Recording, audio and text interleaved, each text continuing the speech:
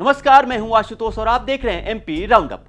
NEET परीक्षा में हुई धांधली के खिलाफ अब आग सिर्फ दिल्ली तक सीमित नहीं है। दिल्ली से शुरू हुई यह चिंगारी अब पूरे देश में फैल चुकी है। मध्य प्रदेश के शहर शहर में सन्नाटा तोड़ते हुए छात्र सड़कों पे उतर आए हैं। इंदौर हो या भोपाल, जबलपुर हो या सतना या बड़वानी, हर जगह एक ही गूंज है, शिक्षा मंत्री इस्तीफा दो। केंद्रीय शिक्षा मंत्री धर्मेंद्र प्रधान के इस्तीफे मांगे जा रहे हैं, सरकार से तीखे सवाल पूछे जा रहे हैं और इस लड़ाई में सिर्फ छात्र अकेले नहीं हैं, बल्कि सियासी दल भी मैदान में उतर पड़े हैं। कांग्रेस और आम आदमी पार्टी छात्रों के पक्ष में मुखर है, तो वहीं संसद से लेकर सड़क तक घमासान मचा हुआ है। विधानसभा में भी इसको लेकर बवाल हुआ।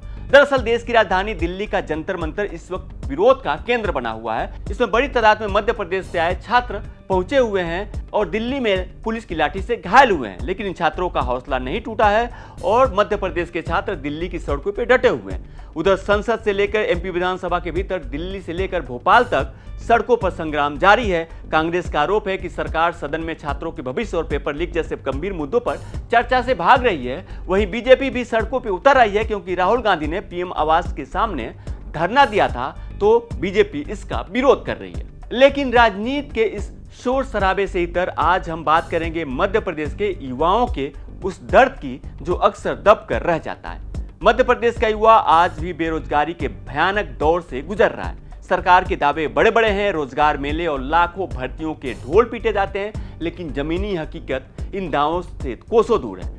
राज्य के नीट की 2 छात्राएं अपनी जान गंवा चुकी हैं, तो सवाल ये उठता है कि यूपी, बिहार या दिल्ली की तरह मध्य प्रदेश का छात्र अपनी आवाज के लिए मुखर होकर सड़क पर क्यों नहीं आता? एमपी के युवाओं में यह खामोशी क्यों है?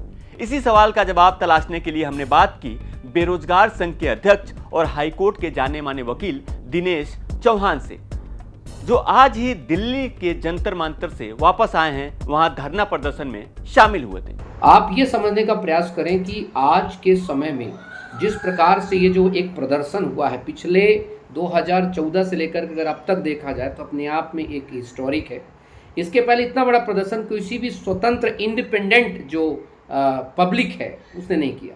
और इसके पीछे एक वजह 2014 से लेकर अब तक अगर आप देखेंगे अगर अच्छे से तो लगभग 90 से 100 जो एग्ज़ाम्स का जो पेपर लीक हुए। एक स्टूडेंट की कहने का मतलब एक नहीं कहते एक सहने की क्षमता होती है। अब हुआ ऐसा कि जो नीट के पेपर कई बार लगातार लीक हुए, एसएससी सीजीएल का पेपर हो गया, रेलवे का पेपर हो, तमाम पेपर। लेकिन जब इस बार नीट का पेपर इतने बड़े लेवल पर जब पेपर लीक हुआ और जिसके जिम्मेदार एक ऐसे व्यक्ति जो कि माननीय धर्मेंद्र प्रधान जी हैं और इनके नेतृत्व में हुआ, इतनी बड़ी डिजिटल चीज़ें होने के बावजूद, इतनी सिक्योरिटी होने के बावजूद भी अगर इस प्रकार की चीज़ें होती हैं तो जवाबदेहिता सीधे सीधे बनती मंत्री की। और अगर इस विवेक के तौर पर देखा जाता, सिंपल था इतना कि भाई आपसे कारोबार नहीं हो रहा, क्योंकि 90 से ज़्यादा अगर पेपर लीक होते हैं तो इसका मतलब है कि आपसे संभाला नहीं जा रहा, तो आप इस पद से इस्तीफा दे दीजिए। और अगर इतना कर देते तो मुझे बिल्कुल नहीं लगता था कि ये आंदोलन होता। आंदोलन को खुद ही उकसाने में पूरा का पूरा हाथ रहा है पूरी बीजेपी गवर्नमेंट का, क्योंकि जब स्टार्टिंग से लेके स्टूडेंट मांग कर रहे इस चीज़ की, उसके बाद फिर जानबूझ करके जैसे कॉकरोच जनता पार्टी एक नई कॉकरोच जनता पार्टी एक बनाया किसने? कॉकरोच जनता पार्टी बनाने का सिर्फ उद्देश्य किसका है? वो इन्हीं का है। मतलब आप देखें, उन्होंने एक इंस्टाग्राम पर एक बच्चों ने अपना क्या बनाया, अकाउंट बनाया, और जैसे उन्होंने इंस्टाग्राम पे अकाउंट बनाया, इन्होंने क्या किया, उसको ब्लॉक कर दिया, उसके खिलाफ जो है एक्शन लेने लगे। फिर बीजेपी प्रवक्ता ने अलग अलग चीज़ें बताने लगे, कोई बताने लगा कि ये पाकिस्तानी है, कोई देश विरोधी है, और ये सब कौन कर रहे थे? ये मेढक जैसे टर्टट बीजेपी वाले कर रहे थे। और इसी के जवाब में जो आम युवा है, एकदम कॉमन युवा, उसको दिमाग उसका इसलिए घूम गया कि एक तो पेपर लीक करते हो, ऊपर से अगर हम कहीं अपनी बात कहते हैं हमारी बातों को दबाते हो। आप ये देखने का प्रयास करना, जितने भी यूट्यूबर्स, जितने भी इंस्टाग्राम ऐसे चैनल जो सरकार का विरोध करते हैं, सरकार का क्रिटिसाइज करते हैं, तो सरकार का विरोध का मतलब ऐसा लगता है कि तुम देशद्रोही हो।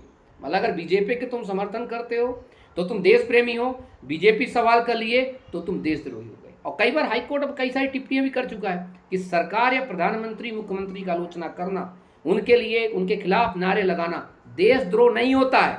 इस लोकतंत्र में तमाम चीज़ें होती है। अगला चीज़, अब जैसा आपने कहा कि इनकी जो जवाबदेहिता ये लोग इस चीज़ को समझे तब, क्योंकि इनके अंदर नैतिकता बची नहीं है, ये नैतिकता विहीन हो चुके हैं।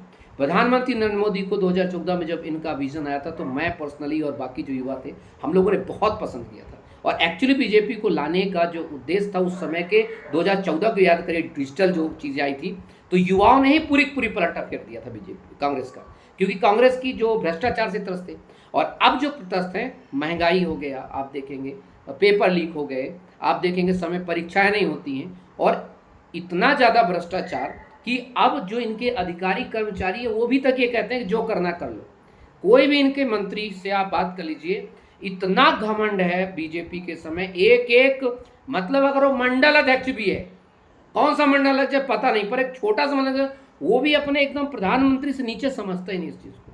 और वो इसलिए इतना जो मानसिक तौर पर ये लोग पागल से हो गए हैं, उसका रीजन के अंदर एक दम्भ हो चुका है। क्योंकि देखिए हमारा विपक्ष कमज़ोर है, तो अब कमज़ोर विपक्ष जब होता है तो जनता को विपक्ष के तौर पे आना पड़ता है। और आज हम संसद मार्च जो इस प्रकार से करने निकाले थे और पुलिस ने जिस प्रकार से बर्बरता दिखाई, ये पुलिस की खैर सबसे पहली बात तो एक हमने अभी 700-800 वकीलों का एक ग्रुप है, उन लोगों ने पूरी तरह से विरोध भी जताया है कि ये सरासर गलत है। स्टूडेंट्स पे प्रोटेस्ट करने वाले स्टूडेंट को लाठी मार रहे हो, शर्म नहीं आती तुम्हें? ठीक है, ऐसी पुलिस को नाक रगड़ना चाहिए यार। हैं, ये नहीं सोचते पुलिस वाले, ये नहीं सोचते हैं कि ये जो पैसा देती है ये तुम्हें सरकार नहीं देती पगलो। सरकार में बैठे हुए जो लोग हैं उनको भी यही पब्लिक पैसा देती है, इन्हीं के माता पिता पैसा देते हैं। मतलब तुम्हारा जो घर चलता है आम पब्लिक के जो टैक्स से ही चलता है। लेकिन वो लोग क्या है, वो भक्तगिरी के चक्कर में वो भी एक प्रकार से भूल गए कि कभी वो भी स्टूडेंट थे, कभी वो भी इतने परेशान थे। और मैं आपको बता दूं, पूरे मध्य प्रदेश में भी अभी इंदौर में शुरू है, भोपाल में भी 2-3 दिन में पूरा व्यापक आंदोलन शुरू होने वाला है। और इस्तीफा, सिर्फ बात इस्तीफा की नहीं है, बात समाधान की। अगर बीजेपी समाधान लेकर नहीं आई ना तो फिर कुछ भी हो, अभी तो विरोध कर रहे हैं, बाद में कोशिश की जाएगी कि कुछ अलग हो, कुछ डिफरेंट हो। और हम युवा मिल करके कुछ ना कुछ टीम बना रहे हैं, कुछ ना कुछ बेहतर करने के लिए। क्योंकि देश किसी की बीजेपी के बाप का नहीं, ना कांग्रेस के बाप का है, ना आम आदमी पार्टी के बाप का है। देश हम लोगों का है, हम कॉमन पब्लिक का है। और इस देश को सही करने के लिए और सही बनाने के लिए हमसे जो बन पड़ेगा हम वो करेंगे। इसी के साथ थैंक यू सो मच, आप आज तक का भी और एमपी तक का भी, कि आपने कम से कम इस चीज़ को उठा रहे हैं, इस मुद्दों को बता रहे हैं आप। वरना आजकल तो मीडिया पूरी तरह से एक प्रकार से मीडिया भी जो है कॉर्पोरेट मीडिया टाइप बन करके सोता जा रहा है। फिलहाल जंतर मंतर से लेकर के सतना, मैहर, बड़वानी की गलियों तक एक ही सवाल तैर रहा है कि क्या सरकार छात्रों के इस आक्रोश के आगे झुकेगी? क्या केंद्रीय शिक्षा मंत्री का इस्तीफा होगा? विपक्ष इसे सरकार की नाकामी बता रहा है तो सरकार इसे पारदर्शी जांच का विषय बताकर अपना बचाव कर रही है। लेकिन इन सब के बीच पिस रहा है वो आम छात्र जो सालों साल रातें काली करके प्रतियोगी परीक्षाओं की तैयारी कर रहा है। इसके बावजूद पेपर लीक हो जाता है।